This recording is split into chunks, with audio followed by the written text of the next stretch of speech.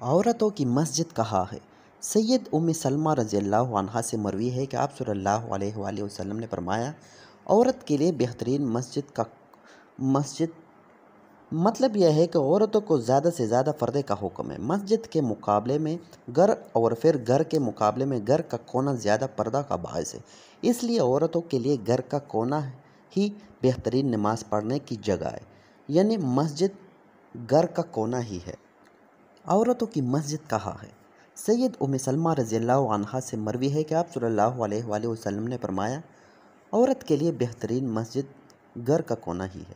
مطلب یہ ہے کہ عورتوں کو زیادہ سے زیادہ پردے کا حکم ہے۔ مسجد کے مقابلے میں گھر اور پھر گھر کے مقابلے میں گھر کا کونا زیادہ پردہ کا باعث ہے۔ اس لیے عورتوں کے لیے گھر کا کونا بہترین نماز پڑھنے کی جگہ ہے، یعنی مسجد گھر کا کونا ہی ہے عورتوں کے لیے۔